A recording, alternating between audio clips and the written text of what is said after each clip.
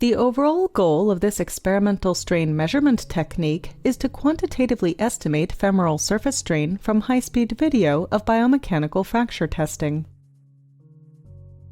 This method can help answer key questions in osteoporosis research, such as development of advanced diagnostic tools for prediction of bone strength. The main advantage of this technique is that femoral surface strain can be computed with high spatial resolution adequate for computation model validation.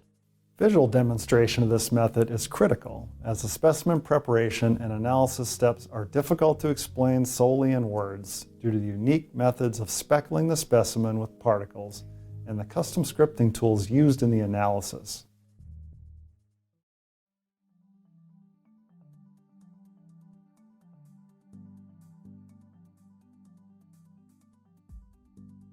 Begin by thawing the femora at room temperature for 24 hours.